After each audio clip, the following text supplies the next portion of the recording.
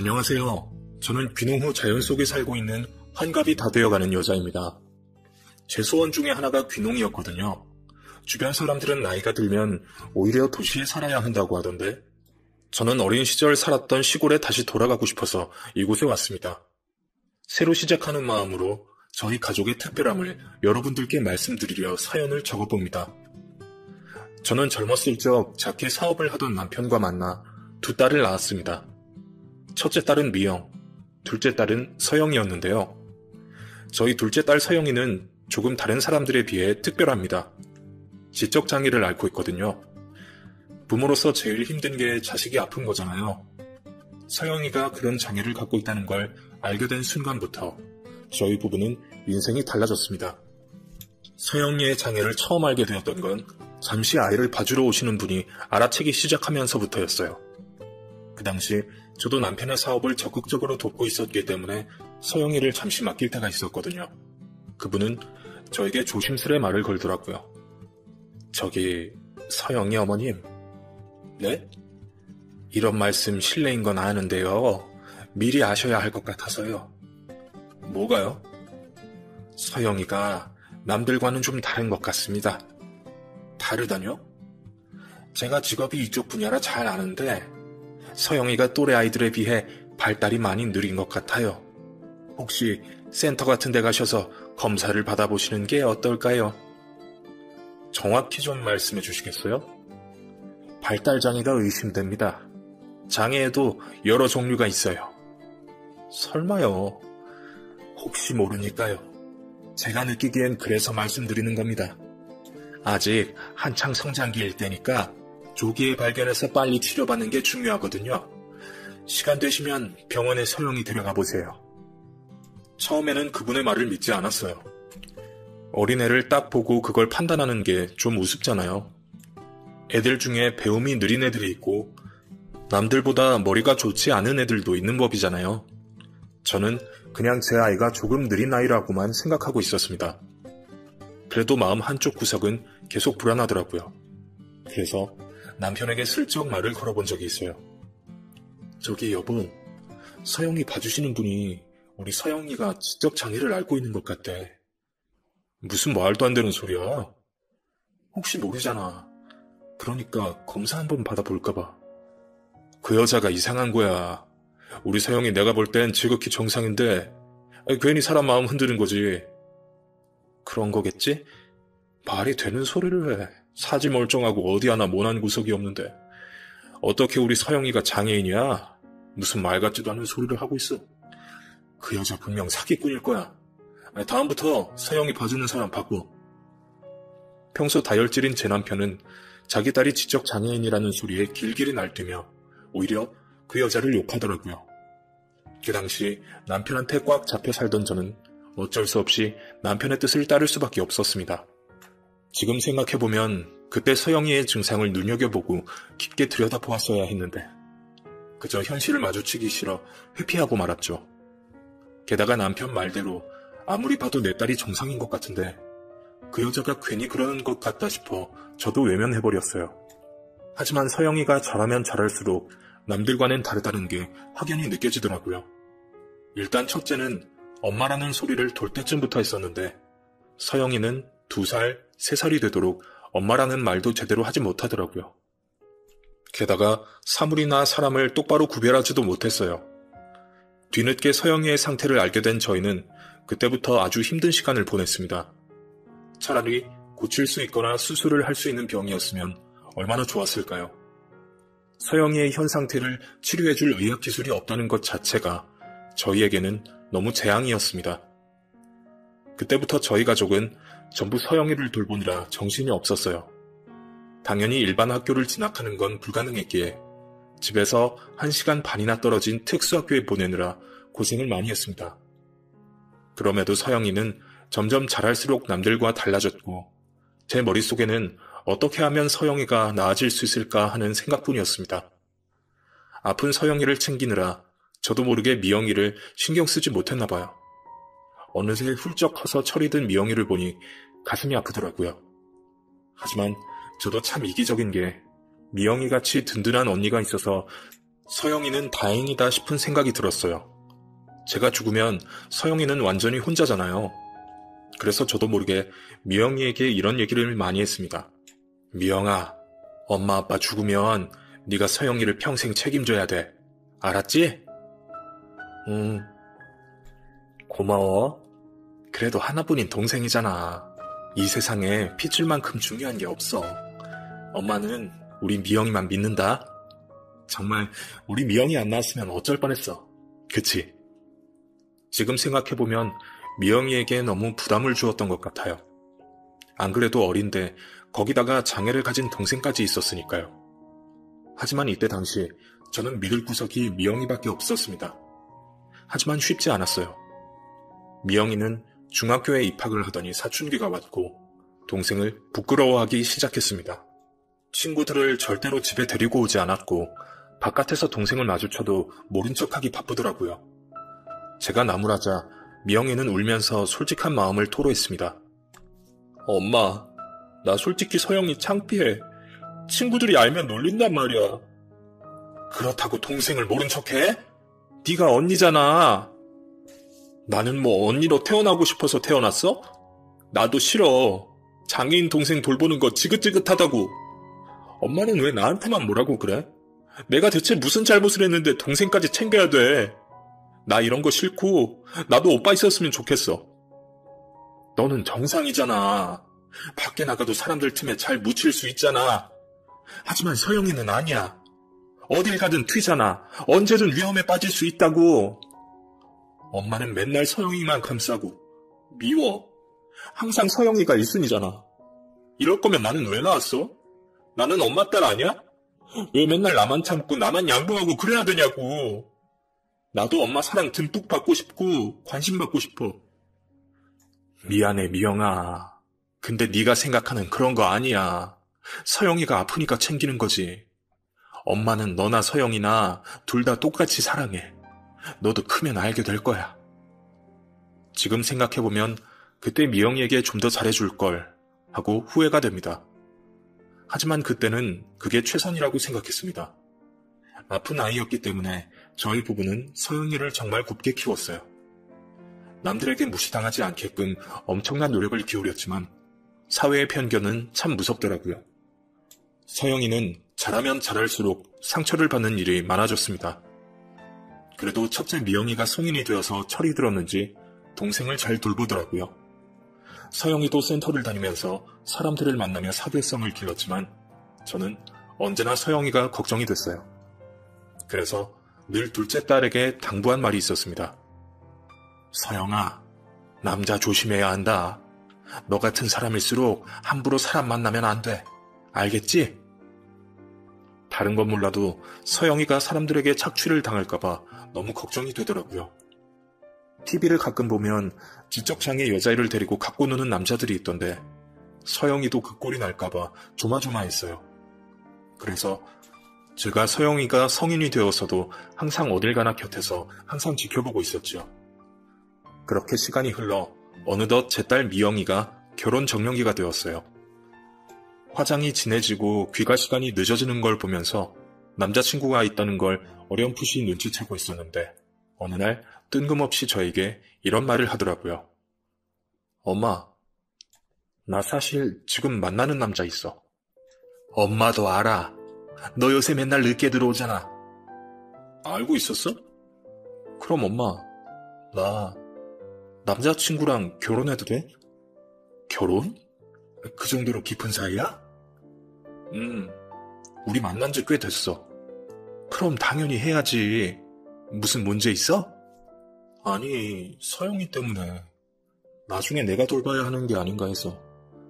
그건 아무것도 신경 쓰지 마. 서영이는 엄마 아빠가 돌볼 거고 나중에 돈 많이 벌어서 서영이 전용집도 마련해 줄 거야. 너는 그냥 네 남편이랑 행복하게 살기만 해. 딸이 결혼한다고 하는데 솔직히 걱정부터 앞서더라고요. 솔직히 직접 장애인 여동생이 있다고 하면 시댁에서 싫어할 게 뻔하잖아요. 저라도 상대방 쪽에서 평생 돌봐야 할 형제가 있다면 망설여질 것 같은데 그쪽 반응은 어떤지 궁금하더라고요. 역시나 사돈 쪽은 서영이를 탐탁지 않게 보는 것 같았어요. 상견례 날 안사돈이 저에게 직접적으로 서영이에 대해서 물어보시더라고요. 사돈 아가씨는 어쩌실 계획이세요? 혹시 나중에 우리 현수가 돌봐야 하는 건 아닌지 솔직히 부모로서 걱정이 돼서요. 둘이 죽고 못 산다고 해서 상견례 자리까지 나왔지만 그거 하나는 확실히 해두고 싶습니다. 그건 걱정하지 않으셔도 됩니다. 둘째 딸은 저희가 죽을 때까지 드리고 있을 계획이에요. 죽고 나서는요? 네? 말을 험하게 해서 죄송합니다. 제 아들 문제라서 예민해 줄 수밖에 없네요. 이렇게 노골적으로 물어봐서 죄송하지만 사돈 두 분이 돌아가시고 나면 우리 현수가 돌봐야 하는 건가요? 절대 아니지요. 우리 서영이가 혼자 생활을 못하는 게 아니기 때문에 독립을 시키든지 시설에 들어가든지 해야죠. 시설이라는 게 있군요. 네, 요즘 잘 되어 있습니다.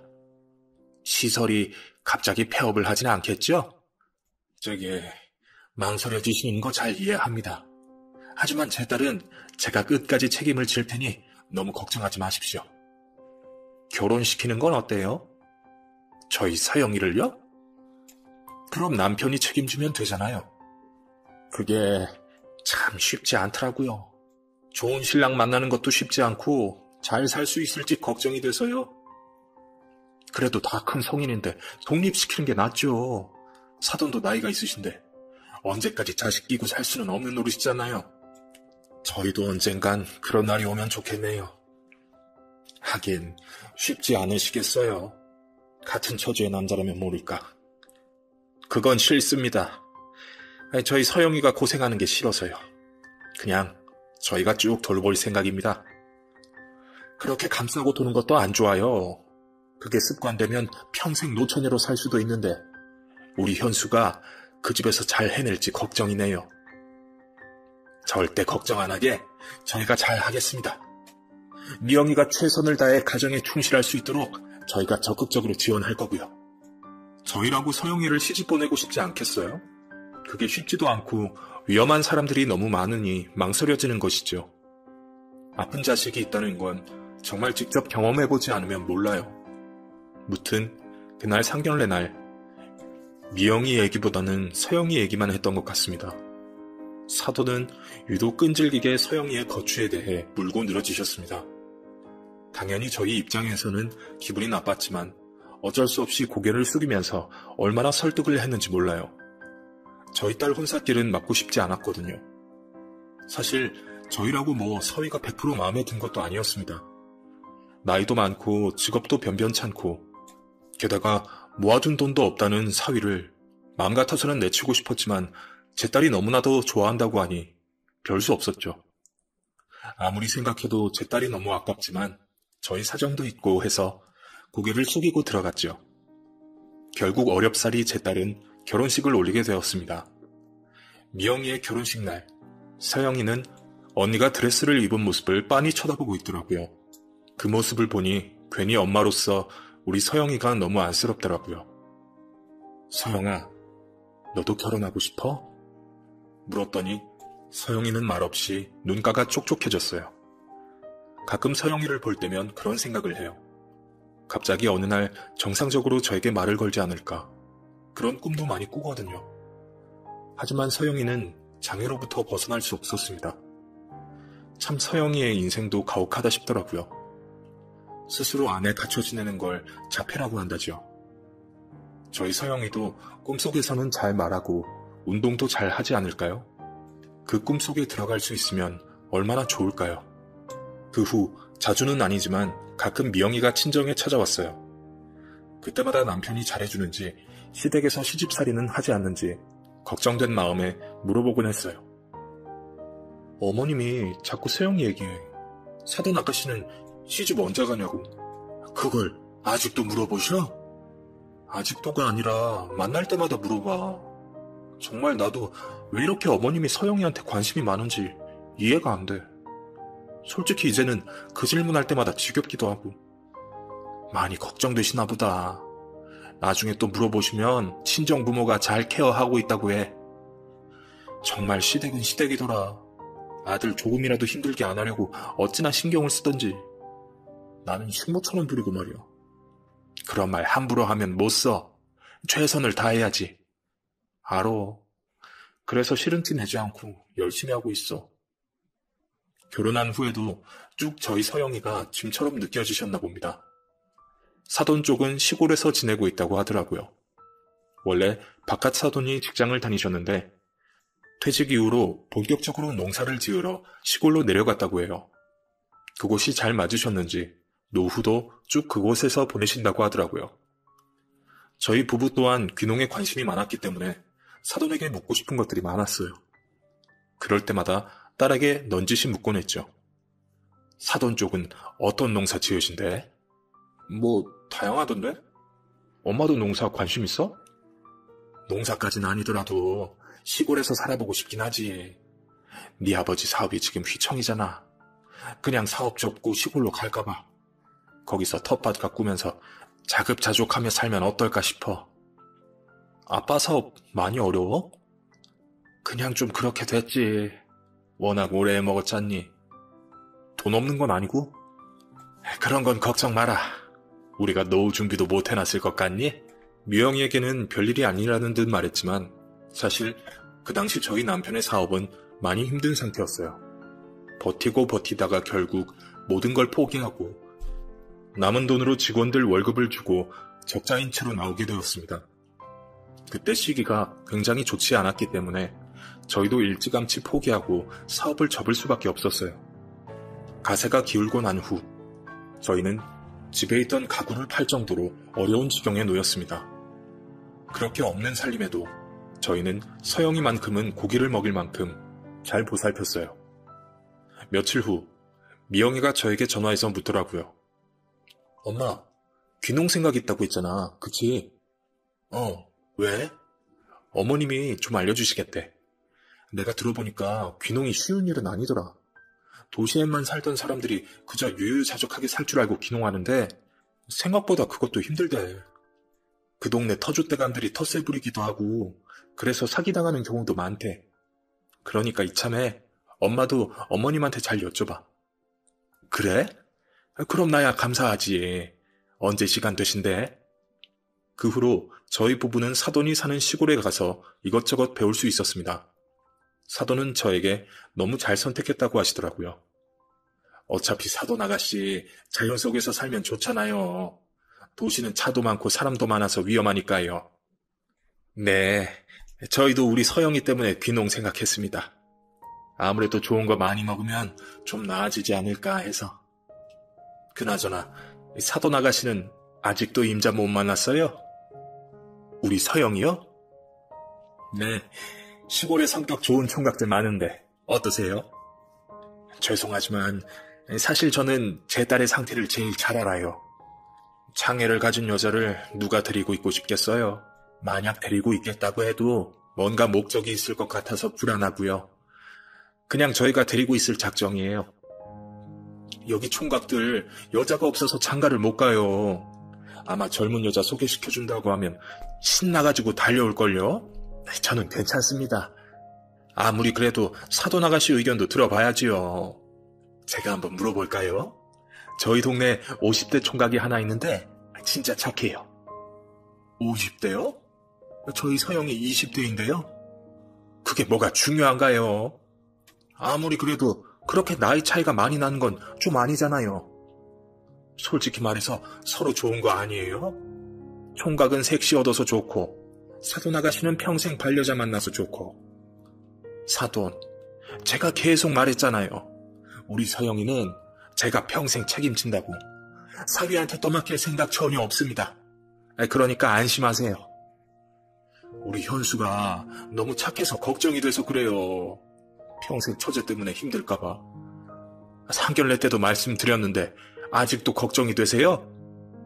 자식 가진 부모가 다 그렇지요. 자식 가진 부모니까 아시겠네요. 자식이 제일 소중한 거. 저도 우리 서영이가 정말 소중합니다. 아무데나 시집 보내고 싶지 않네요. 더군다나 저희와 동년배나 다름없는 총각한테요. 아무리 그래도 덜컥 시집 보내는 건 아니지 않습니까? 솔직히 좀 속상하고 상처받는 말이네요. 아유, 그렇다면 죄송해요. 저는 너무 안타까워서 그러지요. 제 딸은 제가 알아서 하겠습니다. 이제 좀 그만하셨으면 좋겠네요. 예, 알겠습니다. 시골에 살고 있던 사돈은 이 총각 저 총각 모두 저희 서영이에게 갖다 붙이더라고요. 근데 하나같이 늑다리 나이 많은 아저씨들만 갖다 붙이니 나중에는 정말 화가 머리 끝까지 나더라고요. 아니, 아무리 내 딸이 정신적으로 문제가 있어도 그렇지 어떻게 저런 놈들을 신랑감으로 갖다 붙이는지. 참다 따끔하게 한 소리 했더니 사돈도 알겠다며 다음부터는 그런 얘기 안 하겠다고 했고 정말로 그 후로는 그 얘기가 쏙 들어갔습니다. 저는 우리 서영이가 좋다고 하는 사람이 아니면 시집 보낼 생각이 없었어요. 괜히 우리 서영이가 위험해질까봐 걱정이 됐거든요. 그 후로 사돈과 저는 몇 번 만났고 사돈에게 귀농에 대한 이야기를 자세히 들을 수 있었어요. 알고 보니 사돈 쪽에서는 농사를 꽤 크게 짓더라고요. 시골에서는 수원댁으로 통하는데 귀농한 지 얼마 되지 않아서 입지를 단단히 잡았나 봅니다. 농사로 돈 벌고 자연 속에서 산다고 하니 괜히 부럽더라고요. 저희는 사업이 망해 도피하는 것이나 마찬가지인데 말이에요. 솔직히 남편과 저는 그때 너무 힘들었습니다. 손대는 것마다 잘 되지도 않고 언제나 행운은 저희 편이 아니었어요. 남편은 저에게 이제 친척들한테 돈을 빌려야 하나 하며 한탄하고요. 사실 귀농을 결심한 것도 저희가 살던 집을 팔고 그 미천으로 생활비를 써야겠다고 다짐하면서 그렇게 한 것이었어요. 그러면 그래도 몇 년은 버틸 수 있으니까요. 또 도시에 비해 시골은 땅값이나 집값이 훨씬 싸고 생활비도 적게 드니 귀농을 하는 게 저희 형편에서는 유리했죠. 그렇게 귀농을 준비하는 동안 저희는 집도 팔고 이사도 하고 폐업을 하고 서류 정리를 하면서 굉장히 바빠졌는데요. 서영이를 매번 데리고 다닐 수 없어서 첫째 미영이에게 부탁했어요. 우리 서영이 한 달 정도만 봐줄 수 있어? 해야 할 게 많아서 말이야. 당연히 되지. 걱정하지 말고 엄마는 아빠랑 이사 준비나 잘해. 서영이는 그때까지 내가 잘 돌봐줄게. 얼른 마무리할게. 금방이면 돼. 그나저나 김서방이 싫어하진 않을까? 안 그래도 사돈이 서영이 그쪽에서 떠맡을까봐 걱정하던데. 평생 맡아서 돌보는 것도 아니고 한 달인데 뭐. 우리 남편 그렇게 깝깝한 사람 아니야. 걱정하지 마. 내가 말 잘해놓을게. 아무튼 조심해. 사돈한테 굳이 말하지 말고. 알겠지? 알겠어.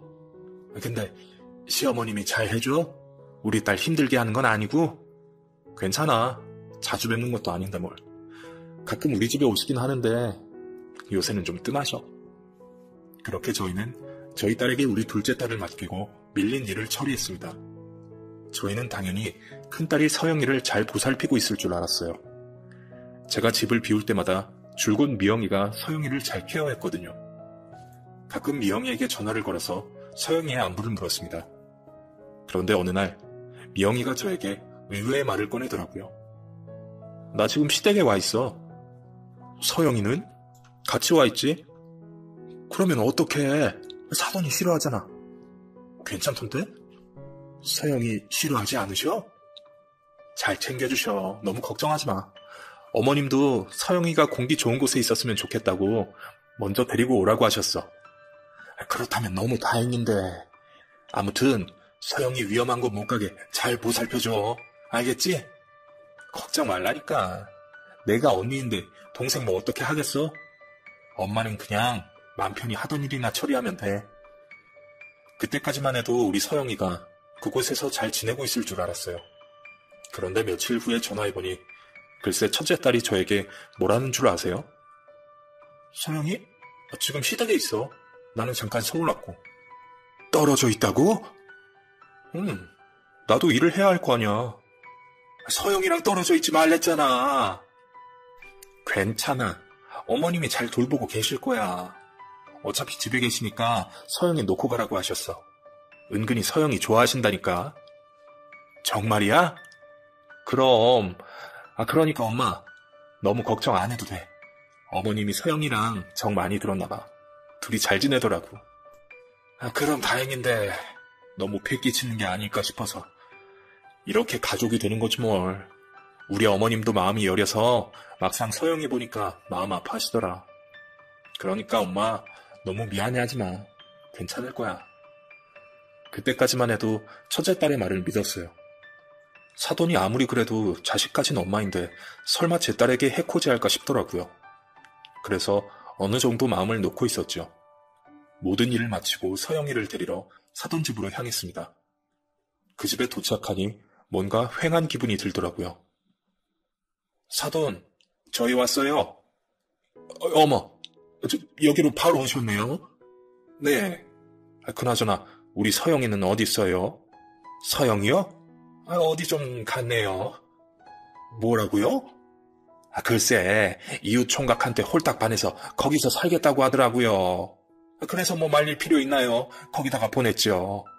아니 무슨 말도 안 되는 소리를 하세요? 딸 시집 보냈다고 생각하고 마음 놓으세요.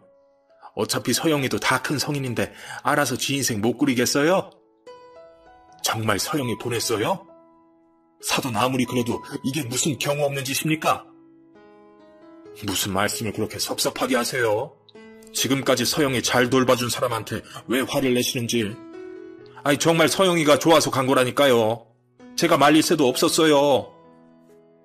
거짓말하지 마세요. 일부러 거기 보내신 거잖아요.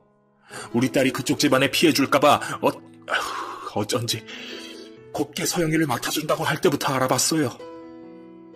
무슨 말을 그렇게 서운하게 하세요? 아니, 지금 농촌 총각 무시해요?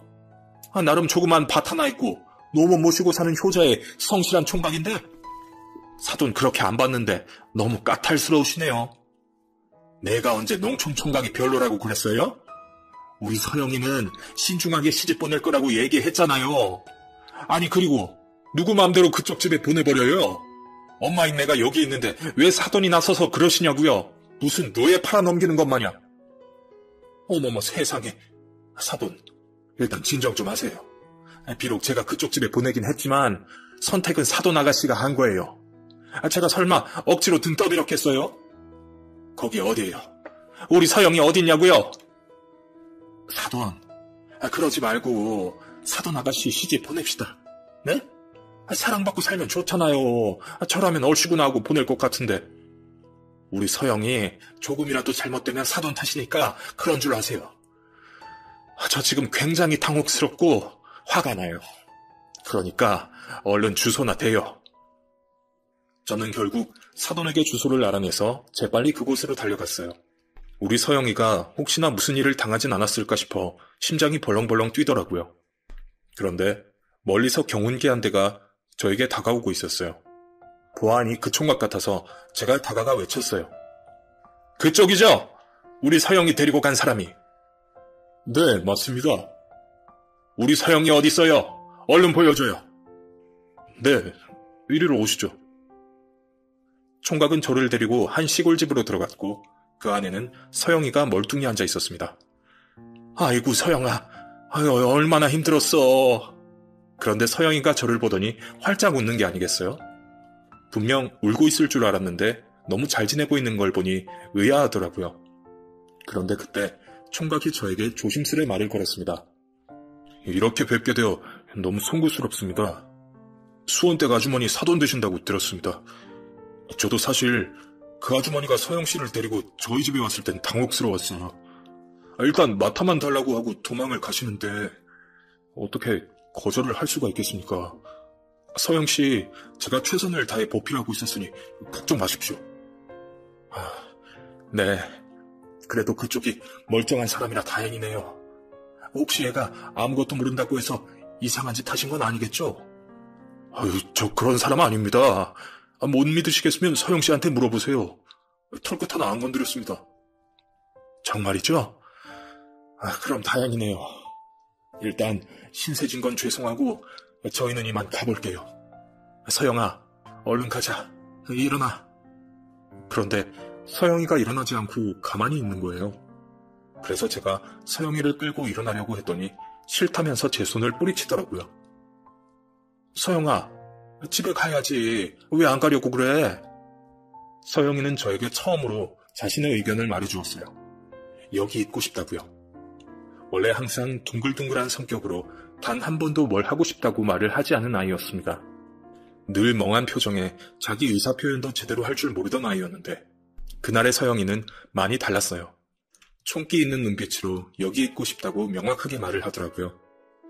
너무 놀랍기도 하고 안 가겠다는 서영이가 너무 황당해서 그렇게 서로 한참 동안 마주보고 있었더니 그 총각이 저에게 말을 걸었어요. 허락만 해주신다면 서영씨와 같이 살고 싶습니다. 우리 서영이랑요? 왜요? 그게 마음이 잘 통했습니다. 무슨 속셈이에요? 서영이가 만만해 보여서? 그런 거 아닙니다. 보시기에는 제가 그저 가난하고 늙은 총각으로밖에 보이지 않으시겠지만 저 나름 열심히 살았고 누군가를 챙겨줄 여력이 충분합니다. 서영씨와 시간을 함께하면서 정이 많이 들었어요. 우리 서영이 손 많이 가는 애인데 어떻게 책임지려고요? 진심으로 아껴줄 준비 되어 있습니다. 한 번만 기회를 주시면 후회하지 않게 해드리겠습니다. 그 총각이 구구절절 말하는 걸 들어보니 진심이 느껴지더라고요. 게다가 총각의 말을 들어보니 10,000평이 넘는 땅을 거느린 부자더라고요. 동네 사람들은 그 총각을 그냥 가난하고 성실한 총각이라고 알고 있는데 아니었습니다. 그냥 겸손한 사람이었던 거였어요. 저는 긴 고민 끝에 그 총각에게 기회를 주었습니다. 우리 서영이 눈에 눈물 맺히면 그날은 정말 우리 둘 다 초상 치르는 거예요. 알겠어요? 네, 명심하겠습니다. 저는 서영이의 손을 꼭 잡고 서영아, 엄마랑 가자 하며 마지막으로 물어봤어요. 그랬더니 서영이가 고개를 가로젓더라고요. 그래, 너도 연애라는 걸 해보고 부부 생활이라는 걸 해보고 싶나 보지 하며 그 자리를 비켜주었습니다. 솔직히 말하자면 후련한 마음도 있었어요. 평생 책임져야 할 딸이 잠시나마 누군가의 곁에 있으니 자유로운 생각도 들더라고요. 하지만 걱정이 많이 됐어요. 살림 하나 못하는 우리 서영이가 잘 버틸 수 있을지 걱정이 되었거든요. 서영이가 그 집에 머물기로 한 걸 알게 되자마자 사돈은 팔짝 뛰며 좋아했습니다. 거 봐요. 내가 둘이 잘 어울릴 거라고 했잖아요. 그래 놓고 강제적으로 뭘 어쨌다고 하시더니. 아무튼 사돈, 진짜 사돈 아가씨 너무 감싸고 도는 것도 안 좋아요. 좋은 신랑감 만났으니 저한테 고마워하세요. 그러게요. 그 총각 생각보다 괜찮더라고요. 숨겨진 알짜 부자던데요. 밭 하나 있는 거 아니었어요? 에이, 그 정도로 저희 서영이를 책임질 수 있겠어요? 원래 부자들은 티가 잘 안 난다고 하잖아요. 그렇군요. 몰랐네. 그런 부자가 사돈 아가씨가 마음에 든대요? 마음에 드니까 데리고 산다고 했겠죠? 아무튼 사돈의 무리함이 저희 딸을 시집 보냈네요. 이걸 고마워해야 할지 말아야 할지. 그 후로 몇 번 서영이가 있는 그 총각의 집으로 가봤어요. 서영이가 너무 즐겁게 잘 지내고 있더라고요. 엄마로서 서영이의 얼굴 표정만 봐도 지금 얼마나 행복한지 알겠더라고요. 그 총각은 자기가 집을 비울 때마다 서영이 외롭지 않게 보호사를 고용했다고 했어요. 그리고 하던 일을 대부분 다른 사람한테 맡기고 지금은 서영이와 하루 종일 함께 시간을 보낸다고 하더라고요. 가만히 들여다보니 참 순수한 총각 같았습니다. 노모가 있다고 들었는데 그래서 여기 있는 겁니다. 사실 이 집은 저희 어머니가 처녀 시절을 보낸 곳이라서 이곳에서 살고 있었던 거예요. 어머니 역시 나이가 드시니 자기 고향집에서 생을 마감하고 싶으시대요. 지금은 많이 안 좋아지셔서 요양병원에 계시지만 나중에 어머니 돌아가시면 서영씨랑 더 큰 집으로 이사해야죠. 노모를 평생 돌본 거예요? 네, 가족이니까 책임져야죠. 남자가 간병하는 거 힘들 텐데 힘들어도 저희 엄마잖아요. 제 가족을 보살피는 일보다 더 중요한 게 있을까요? 보기보다 건실하고 책임감도 좋네요. 네, 그리고 앞으로 말 편하게 놓으시면 좋을 것 같습니다. 이제는 저희도 가족이지 않습니까? 제가 더 노력하겠습니다. 처음엔 내가 오해를 많이 했어요. 무작정 반대한 건 미안해요. 괜찮습니다. 저라도 귀한 딸 보내는 거 너무 싫지요. 제가 잘하겠습니다. 우리 서영이 잘 부탁해요. 제가 서영 씨를 통해 배우는 게 많습니다. 잘 해내겠습니다. 어렵다는 거 누구보다 잘 압니다. 하지만 서로 기대고 의지하다 보면 서영 씨와 저 평생 친구이자 반려자가 되지 않겠습니까? 저는 바라는 거 하나도 없습니다. 그저 마음 맞는 사람 하나만 있으면 돼요. 저 한 번만 믿어주십시오. 잘하겠습니다. 우리 서영이가 행복하면 나도 행복해요. 그러니까 잘해줘요. 네, 알겠습니다. 저희 서영이가 결혼을 하게 될 줄은 꿈에도 몰랐어요. 저도 모르게 서영이를 가둬두고 있었나 봅니다. 결국 서영이와 그 총각, 아니 사위는 혼인신고를 하고 간단하게 가족끼리 밥을 먹으며 결혼식을 대신했습니다. 사위가 저희 집에 장가온 이후로 저희 집안에는 행복이 다시 찾아왔어요. 사위가 기울었던 가세를 다시 일으켜 세워주었거든요. 어떻게 들었는지 먼저 저희에게 선뜻 금전적 지원을 해주었고 저희가 시골에 정착하는데 큰 도움을 주었습니다. 아무래도 오래전부터 농사일도 하고 농촌에서 지내던 사람이라서 그런지 사돈보다 훨씬 귀농하는 데 도움이 되더라고요. 그리고 한 주도 빼놓지 않고 매주 서영이를 데리고 저희 집에 왔어요. 며느리가 시댁에 가는 게 불편한 만큼 사위도 처갓집에 오는 게 불편할 게 뻔하잖아요. 근데 정말 주말마다 쉬지 않고 저희를 찾아오더라고요. 그때마다 서영이는 밝아 보였고 어느새 성숙해져 누군가의 아내처럼 보였어요. 우리 딸이 이렇게 클 줄이야. 정말 인생은 어떻게 될지 모르는 것 같습니다. 됐다고 하는데도 사위는 저희 집에 매달 용돈을 보내주곤 합니다. 저희에게 늘 노후는 저에게 맡겨주십시오 하며 어찌나 살갑게 굴던지. 둘째 사위 덕분에 저희는 숨통이 트였어요. 이 정도면 로또에 당첨된 것보다 더한 행운 아니겠어요? 처음에는 사돈이 그냥 대충 저희 서영이를 치워버리고 싶어서 그쪽에 내다버렸는데 본의 아니게 그게 대박을 터뜨린 것 같아요. 나중엔 미영이에게 들은 말인데 사돈이 둘째 사위가 부자라는 것을 알고 땅을 치고 후회를 했다고 하더라고요. 아니, 서영이가 좋은 곳에 시집가면 자기 아들 귀찮게 할 일도 없고 오히려 잘된 일이잖아요. 근데 이상하게도 사돈은 사위의 도움으로 잘 사는 저희를 보고 그렇게나 배가 아파 질투를 했다고 하더라고요. 그 후로 사돈의 농사는 시기를 잘못 맞는 바람에 폭삭 망해버렸고 결국 모든 걸 정리하고 그 동네를 떠났다고 들었어요. 그리고 저희 첫째 딸 미영이는 사돈의 본 모습을 알고 난 뒤 잔뜩 실망을 하고 그때부터 거리를 두더라고요. 그 후 시간이 흘러 저에게 조심스레 이혼을 하고 싶다고 했어요. 저도 그러라고 했습니다. 어차피 인연이라는 건 억지로 이어붙인다고 해서 되는 게 아니잖아요. 게다가 저도 그쪽 사돈과는 더 이상 연을 맺고 싶지 않아서 오히려 잘 됐다고 생각했습니다. 저희 미영이에게는 잘 맞는 사람이 또 언젠간 나타날 거라 믿어요. 요즘 세상에 이혼이 뭐 잘못도 아니고 마음 안 맞으면 헤어질 수도 있으니까요. 아이러니하게도 가장 걱정이었던 둘째가 남편과 잘 살고 있고 첫째가 저희에게 비혼을 선언했네요. 참 신기하죠? 아무튼 저는 이제 한시름 놓았습니다. 시골로 귀농한 이후 저희는 사위와 함께 농사짓는 재미로 살고 있답니다. 아직은 초보지만 언젠가는 시골에 능숙한 사람이 되어 있길 바라는 마음으로 이 사연을 마치도록 하겠습니다. 읽어주셔서 감사드립니다.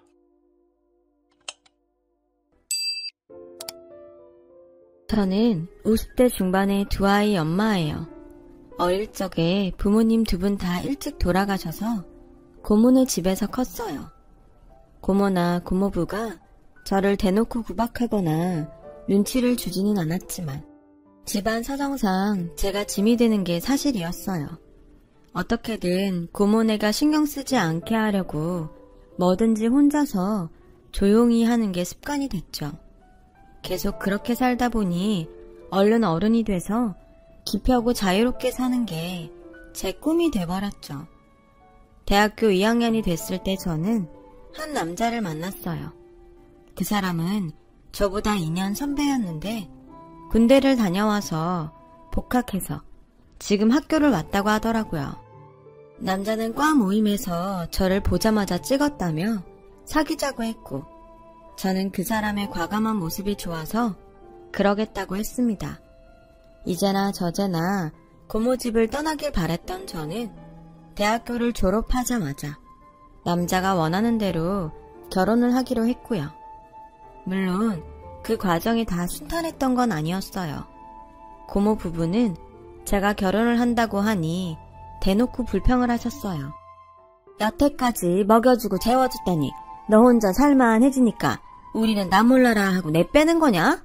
난 그래도 네가 졸업하고 몇 년은 일하면서 그동안 키워준 값은 주고 갈 줄 알았는데 아주 사람 곶감 빼먹듯 빼먹고 나가는구나. 라는 고모의 말에 저는 그건 고모 입장이지 나는 안 그래요. 내가 고모네 집에서 신세를 진 건 맞고 나도 감사한 마음은 있어요. 근데 고모 나 그냥 재워주고 입혀준 거 아니잖아요. 우리 엄마 아빠 억대 보험금 나온 거 고모가 다 관리하면서 썼잖아요. 라고 하자 고모는 길길이 뛰면서 너 지금 뭐가 어쩌고 어째? 누가 들으면 니네 부모가 백만장자는 되는 줄 알겠다. 꼴랑 돈 몇 푼 누구 코에 붙인다고 그 돈으로 위세를 떨어? 지금까지 그런 마음으로 우리 집에 있었던 거면 우리도 너 같은 조카 필요 없으니까 당장이라도 나가! 라며 화를 냈어요. 남자의 어머니도 저를 좋아하지 않았어요. 제가 집에 인사드리러 갔을 때 그 사람 어머니는 부모님은 없어도 친척은 있다니까 천혜고아는 아니고 우리 재영이랑 같은 대학이니 학벌은 나쁘지 않고 그 정도로 만족해야 되네? 라며 대놓고 제 처지가 어떤지 말하더군요. 그렇더라도 저는 이 사람과 결혼을 해야 된다고 생각했어요. 아니면 계속 숨죽이며 고모네에서 살게 될 것 같아서 엄청 위기감을 느끼고 있었거든요. 남자도 저와 꼭 결혼하고 싶다고 했고요. 어차피 결혼은 우리 둘이 사는 거지 아무리 부모님이라도 우리 대신 사는 거 아니잖아. 중요한 건 연이 너랑 내가 맞춰가는 거라고 생각해. 라고 제 마음이 흔들리지 않도록 붙잡아줬어요. 그런 남자의 결단력과 추진력으로 저희는 결혼을 하게 됐죠. 결혼하고 처음 몇 개월은 정말 꿈만 같았어요. 남편은 친구와 무역회사를 차려서 잘하고 있었고 저는 누구의 간섭도 받지 않는 저만의 공간에서 하고 싶은 걸 마음대로 했어요. 물론 남편이 자기가 인테리어 해놓은 걸 손대지 못하게 했지만 그럴 수 있는 거라고 생각했어요. 하고 싶은 거라고 해봤자 별다른 것도 아니었어요. 아침에 일어나서 마음 편하게 커피도 마시고 거실에서 TV도 자유롭게 보는 그 정도였죠. 그것만 해도 저는 정말 날아갈 것만 같았어요. 그만큼 고모네 집에서 눈치를 보며 살았던 것 같아요. 결혼하고 6개월이 지나자 저는 점점 남편 때문에 힘들어지기 시작했어요. 원래 단정하고 정리정돈이 잘 되어 있는 걸 좋아하긴 했지만 저한테 요구하는 게 많아지더라고요. 왜 옷장이 이렇게 엉망진창이야? 내가 옷걸이 간격은 똑같이 맞춰서 걸어놓으랬지. 신발을 종류별로 나란히 정리하는 게 그렇게 어려워? 이거 봐, 간격도 안 맞잖아. 왜 신문이 아침에 나갈 때랑 다른 곳에 있는 거야? 바닥 청소 오늘 몇 번 했어? 아침, 점심, 저녁 3번 했으면 이렇게 더럽지 않을 텐데. 라며 사사건건 모든 걸 다 점검했어요. 그리고 생활비 쓰는 것도 간섭했어요. 지금 이 영수증하고 여기 돈 남은 게 1,200원이 안 맞아. 내가 뭐든지 영수증 다 받아오라고 했지. 영수증 안 주는 데선 사지 말라고. 처음에는 남편이 꼼꼼하고 섬세한 성격이라서 그런 거라고 이해하고 최대한 맞춰주려고 노력했죠. 하지만 남편의 요구는 끝이 없었어요. 나중에는 남편이 아니라 감독관처럼 보일 지경이었어요. 여보, 내가 당신 눈에 부족한 게 많을 거야. 내가 부족한 건 사실이지만 당신이 너무 하나하나 다 따지고 드니까 솔직히 힘들고 스트레스 받아. 그리고 나도 내 취향이라는 게 있잖아. 내 생활 습관도 좀 받아주면 안 돼? 뭐든 당신한테만 맞추라는 건 좀 아닌 것 같아. 이게 무슨 스트레스 받을 일이야. 내가 결혼 전에 분명히 그랬지. 결혼은 우리 둘이 사는 거니까 둘이 맞춰가면 된다고. 근데 내가 매일 체크하는 건 기본적인 거야. 당연한 것도 못하면서 뭘 맞춰달라는 거야. 일단 할 걸 제대로 해놓고서 맞춰야 되는 거 아니야? 정말 말이 통하지 않았어요. 저는 갈수록 지치기만 했고 남편의 잔소리는 더 심해졌어요.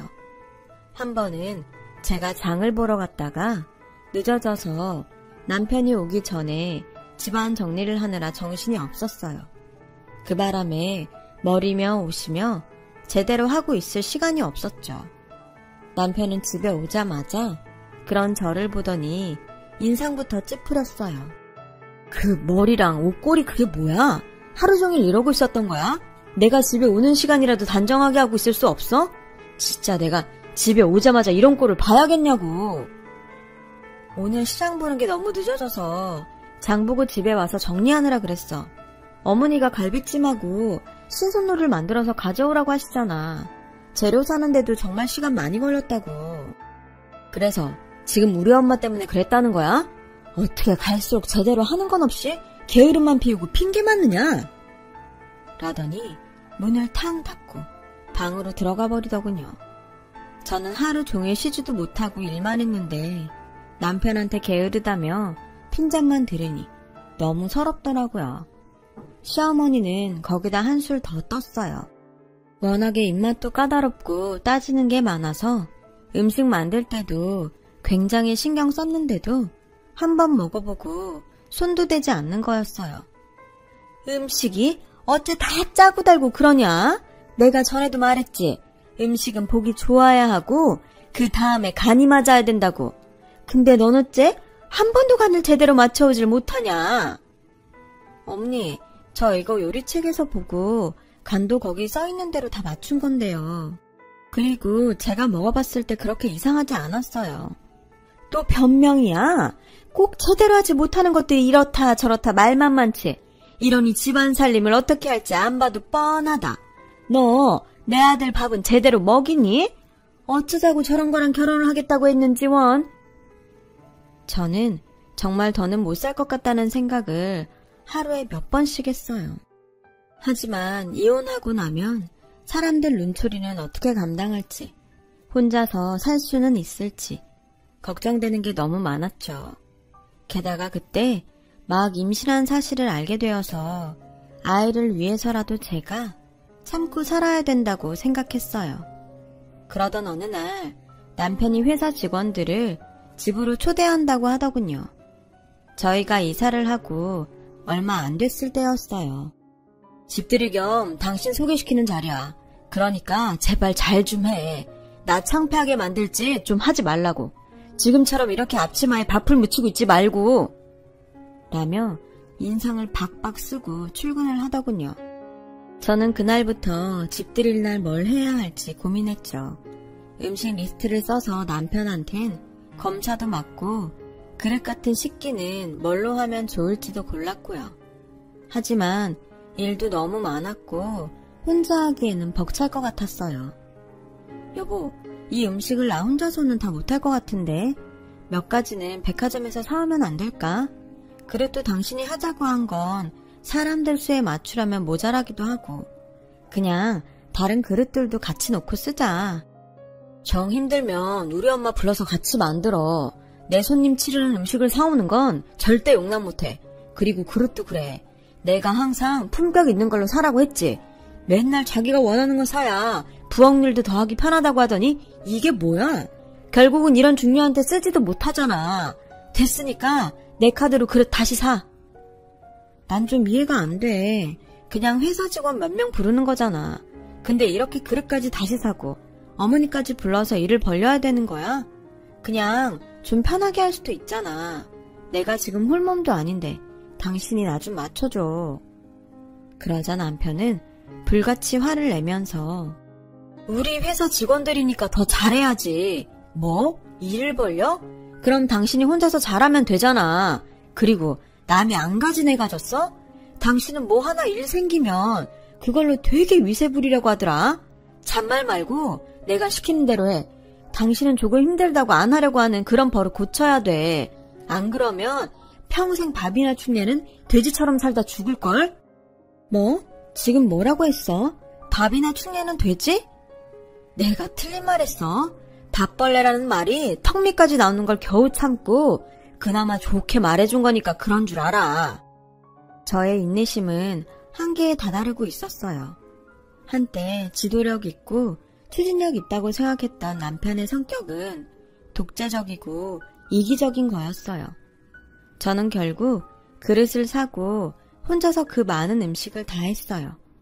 시어머니가 오는 건 더 싫었거든요. 말이 돕는 거지 그냥 앉아서 저한테 잔소리만 할 게 뻔했고요. 그렇게 집들이 날이 되고 회사 직원들이 왔어요. 저는 부엌에서 일을 하느라 밖에 내다볼 새가 없었어요. 그저 사람들이 오는 대로 음료를 내가고 요리를 한 가지씩 내는데 바빴죠.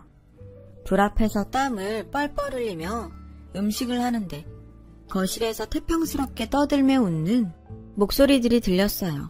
순간 눈물이 핑 돌았어요. 그때 누군가 말하는 소리가 들렸어요. 사모님은 왜 안 보이세요? 저기 부엌에 계신 분 아닌가요? 그냥 식모야 식모. 와이프 임신해서 친정 갔어. 지금 초기인데 힘든 일을 하면 어떡해. 잘 쉬어야지. 그 말에 직원들은 정말 가정적이시네요. 역시 사장님은 완벽하세요. 라고 하는데 저는 정말 속이 뒤집어지는 것 같았어요. 당장이라도 부엌 미닫이 문을 열고 나가서 소리를 지르고 싶은데 그럴 용기가 안 나더라고요. 저는 겁 많은 저 자신을 원망하면서 부엌에 서서 울기만 했죠. 집들이가 끝나고 제가 따졌더니 남편은 그럼 그깟 음식 좀 한다고 온통 땀범벅에 지저분한 모습으로 있는데 당신을 와이프라고 어떻게 소개해? 그건 당신 이미지에도 안 좋잖아. 내가 다 알아서 잘했잖아. 당신은 나중에 애기 낳고 단정한 모습으로 직원들한테 인사하면 되는 거고. 라며 뭐가 문제인지 모르겠다는 표정을 짓더군요. 저는 도저히 참을 수 없어서 내가 이 집 식모야? 난 당신 아내라고. 라고 소리를 지르자 남편은 난데없이 제 머리를 밀치더군요. 어디서 큰 소리야. 조용히 안 해? 다른 집에서 들으면 동네 창피해서 어쩌려고 그래. 저는 그 길로 밖으로 뛰쳐나갔어요. 밤중에 얼마나 길거리를 헤매고 걸어다녔는지 몰라요. 일만 하고 아무것도 먹지 못한 저는 기절을 했다가 병원 응급실에서 깨어났고 아이가 유산됐다는 의사 말을 들었어요. 남편은 밤새 들어오지 않은 저를 찾지도 않고 회사에 출근했더라고요. 남들한테 보이는 게 더 중요한 사람이니 제가 집 나갔다가 아이 유산되고 병원에 있다는 걸 누가 알까봐 걱정만 하더라고요. 제가 유산하자 시어머니는 집에서 남편 얼굴도 세워주지 못해 아이도 제대로 못 낳으면 내가 그런 며느리를 왜 보고 있어야 되니? 라며 은근히 이혼을 하라고 압박을 주기 시작했어요. 저도 아이를 잃은 순간 더 이상 무서울 게 없다는 생각이 들었고 남편과 이혼을 하고 집을 나왔어요. 남편이 워낙 센 변호사를 선임해서 그동안 저 때문에 결혼 생활이 힘들었다고 제가 잘못 돈을 쓴 영수증이나 집안 살림살이 잘못 샀다는 걸 증거로 들어서 위자료도 제대로 못 받았죠. 남편은 모든 일에 다 대비를 하고 있었던 거예요. 저는 고모네로 가지 않고 작은 방을 얻어서 베이킹 자격증을 땄어요. 빵 굽고 디저트 만드는 걸 원래도 좋아했고요. 배울수록 재미있어서 정말 푹 빠져서 했죠. 왜 이런 생각을 못했는지 몰라요. 저 혼자 스스로 독립을 해서 제가 원하는 것들을 하면서 살아가면 될 것을요. 그렇게 자격증을 따고 몇 개월간 동네 빵집에서 일을 하다가 고급 레스토랑 디저트 담당으로 면접을 보게 됐어요. 그날은 비가 많이 와서 혹시라도 옷에 빗물이 튈까봐 조심하며 걸어가고 있었죠. 그렇게 레스토랑에 있는 동네를 가고 있는데 웬 아주머니께서 건물 벽을 짚고 힘들게 서 계시더군요.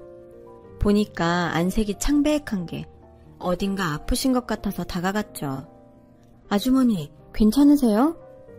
그분은 대답도 제대로 못하고 숨을 헐떡이시더라고요. 저는 아주머니를 부축해서 급한 대로 근처 약국으로 들어가서 사정을 말하고 그분을 긴 의자에 눕혔어요. 그리고 119 구급대를 불렀죠. 구급대원은 갑자기 혈압이 떨어지는 기립성 저혈압 같다고 했어요. 아주머니는 겨우 눈을 뜨고서 내가 혈관 확장제를 얼마 전에 바꿨는데 그게 좀 안 맞는 것 같아요. 라고 하시며 제 손을 꼭 잡고 고마워요 아가씨. 아가씨 아니었으면 큰일 날 뻔했어. 아니에요. 당연한 일을 했을 뿐인데요. 저는 아주머니가 구급차에 타는 걸 보고 난 후 바쁘게 뛰어서 레스토랑으로 갔어요. 너무 급하게 가는 바람에 무슨 정신으로 면접을 받는지도 몰랐어요. 얼마 후 제가 합격했다고 연락이 왔고 저는 정말 기뻤죠. 제가 호텔 경력이나 해외에서 배운 이력이 없어서 다른 파티쉐에 조수격으로 들어갔어요. 그래도 제가 고급 레스토랑 파티쉐라니 정말 꿈만 같았죠. 그렇게 몇 개월을 일하는데 어느 날 매니저가 저한테 데이트 신청을 했어요. 그 사람은 직원들한테도 아래 위 따지지 않고 공정이 잘 대해서 평이 좋았어요. 또 인상도 선하고 좋아서 저도 괜찮은 사람이라고 생각했지만 저한테 데이트 신청을 할 줄은 꿈에도 몰랐죠. 좋기도 하지만 부담도 많이 됐어요. 게다가 제 과거를 알면 어떨지 걱정이 돼서 저는 일단 그 사람을 만나서 제 얘기를 쭉 했어요. 이렇게 제 사적인 얘기를 하는 건 이래도 아무 거리낌이 없으면 저를 만나셔도 되고 조금이라도 마음에 불편한 게 있으면 시작하지 않는 게 좋을 것 같아서예요. 정말 이상한 사람들이 다 있네요. 그동안 혼자서 얼마나 힘들었어요. 마음이 불편하다뇨. 저는 그런 거 없어요. 실은 저도 약혼했다가 파혼한 적이 있는걸요. 매니저는 여자가 양다리를 걸친 걸 알게 돼서 결혼 직전까지 갔다가 깨졌다고 했고 저희는 서로의 아픔을 이해하며 가까워지게 됐어요. 그리고 둘이 결혼 약속을 하게 됐는데 남자 어머니를 만나고 저는 너무 깜짝 놀랐어요. 바로 제가 면접 보던 날 길에서 쓰러질 뻔했던 분이었거든요. 게다가 이 레스토랑 오너라는 거였어요. 남자는 제게 레스토랑 주인이 우리 엄마라고 하면 연희 씨가 부담스러워서 엄마를 안 만난다고 할까봐 말을 못했어요. 미안해요. 남자 어머니는 환하게 웃으며 제 손을 잡고서 아가씨 덕분에 내가 살았어. 거기서 그냥 쓰러졌으면 큰일 날 뻔했대. 게다가 이렇게 디저트도 잘 만들고 야무진 사람이 들어오면 나야 너무 감사하지. 그리고 아주 모르는 사람보다 더 낫지 않겠어?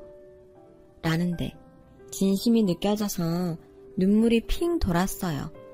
알고 보니 사장님은 레스토랑 말고도 유명한 카페도 몇 개 갖고 있었어요. 그리고 벤처기업 같은 데에 투자도 많이 하는 큰손이었더라고요.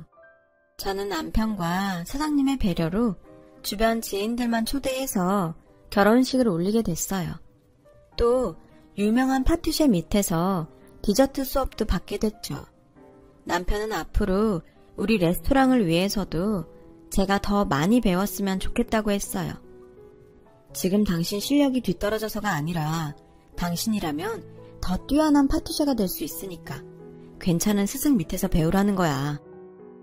나도 그런 뜻인 거 알아.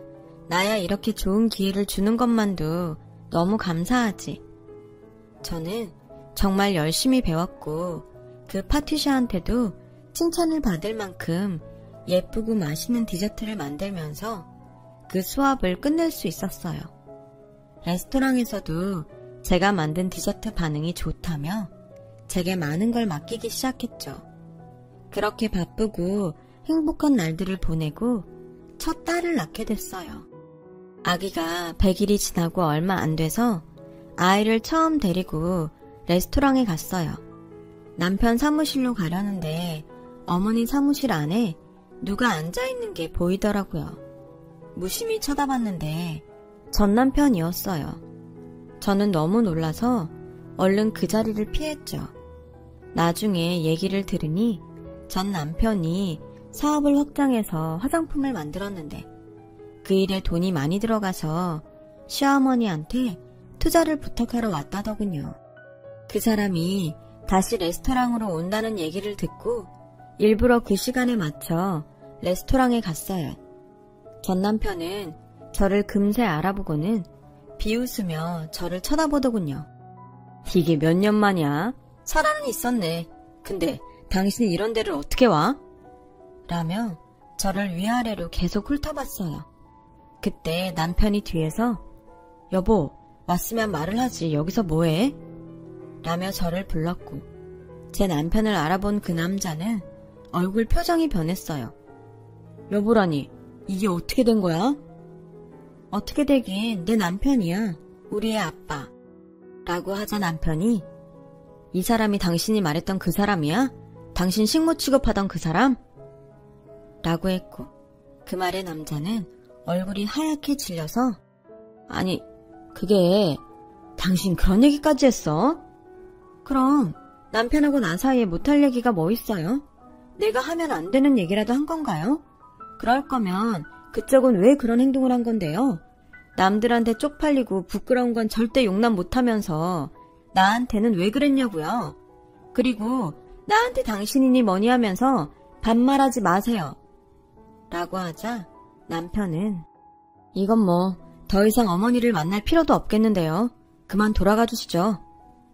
그건 제가 사장님이랑 할 얘기지 자제분이 끼어들 사항은 아닌 것 같은데요. 자기 며느리를 이렇게 무시하고 이런 데를 어떻게 왔냐고 하는 사람한테 우리 어머니가 투자할 리가 있겠어요? 아니, 그건 아까 제가 당황해서 그랬던 거예요. 그리고 공적인 일과 사적인 일은 구분해야죠. 라는데 전 남편은 굉장히 절박해 보였어요. 그건 우리 어머니가 결정할 일이니까 일단 오늘은 돌아가세요. 라고 하자 전 남편은 얼굴이 하얗게 질려서 아무 말도 못하고 돌아갔어요. 그리고 다음날 레스토랑에 가는 저를 찾아왔더군요. 당신이 뭐라고 말했는지 모르겠지만 사업하는 사람들끼리 얘기해. 당신 사적 감정 집어넣지 마. 그쪽이야말로 나한테 이러지 말고 할 말 있으면 우리 어머니한테 하세요. 왜 아침부터 반말이나 찍찍하면서 남의 기분 잡치게 이러는지 모르겠네. 라고 하자 그 사람은 저를 붙잡고서 나 이 투자 꼭 받아야 돼. 그러니까 다른 말 하지 말라고. 라길래 저는 팔을 뿌리치며 이거 놔. 지금 나한테 이래라 저래라 명령하는 거예요? 내가 아직도 그쪽 와이프로 살던 사람으로 보여요? 라는데 직원이 나와서 저한테 디저트 박스를 주니까 그 사람은 그제야 뒤로 물러났어요. 저는 디저트 박스를 가지고 시어머니가 지인들을 만나서 브런치를 하고 있는 호텔로 갔어요. 시어머니가 제가 만든 디저트를 사람들한테 선물하고 싶다고 하셨거든요. 그런데 전 남편은 기어이 거기까지 쫓아오더군요. 브런치 카페로 들어가려는 저를 막고서 당신 시어머니한테 딴소리 한 거 없지? 나 꼭 만나서 투자 받아야 된단 말이야. 라며 제 손목을 붙잡길래 이거 놔요! 라며 소리를 넣었죠. 그러자 시어머니가 나오셨어요. 시어머니는 그 남자를 보고는 무슨 일인지 알아차리시고 그쪽이 내 며느리를 그렇게 괴롭혔다면서요. 나는 사람 위에 사람 있는 그런 작자들한테는 절대 투자 안 합니다. 라고 딱 잘라 말하시더라고요. 그 남자는 마음이 급했는지 시어머니를 붙잡고 사장님, 약속은 지켜주셔야죠. 부탁드립니다. 네? 내가 한번 보자고 약속은 했고 나머지는 검토해보겠다고 했잖아요. 한번 본 건 약속 지켰고 검토해보고 투자를 안 하겠다는 건데 무슨 약속을 더 지키라고 그래요? 라고 하니 그 사람은 저한테 여보, 내가 전에는 미안했어. 그러니까 말 좀 잘해줘. 응? 라며 매달리자 시어머니가 여기 손님들이 이런 불편을 겪는데 가만히 있어요? 이 사람 좀 정리해주세요. 라고 하자 호텔 직원들이 와서 전 남편에게 여기서 이러지 말라고 나가달라고 하더라고요. 그 남자는 어쩔 수 없이 끌려가다시피 자리를 떴어요. 알고 보니 그 사람은 무리하게 사업을 확장하다가 자금을 다 탕진했고, 재혼한 여자도 그 사람을 속이고 집문서를 가지고 도망갔다고 하더라고요. 그 뒤로 그 남자 어머니가 저를 찾아와 도와달라며 사정했지만 저는 냉정하게 거절했어요. 사실 투자를 하는 건 시어머니 일이지 제가 아니어서 할 수 있는 일도 없었거든요. 시어머니는 그 남자한테는 절대 투자하지 않겠다고 하셨죠. 그 뒤로 그 남자는 사업을 정리하고 지방으로 내려가서 자기 어머니랑 어렵게 산다는 얘기만 들었어요. 저는 아들을 하나 더 낳고 지금까지도 남편과 잘 살고 있고요. 시어머니도 저와 저희 애들을 많이 아껴주신답니다. 저도 시어머니한테 더 잘하려고 노력하고 있고요. 어려울 때 저 같은 사람도 좋은 날이 왔잖아요. 다들 정말 힘내셨으면 좋겠습니다. 그럼 좋은 하루 되세요. 제 사연을 들어주셔서 감사해요.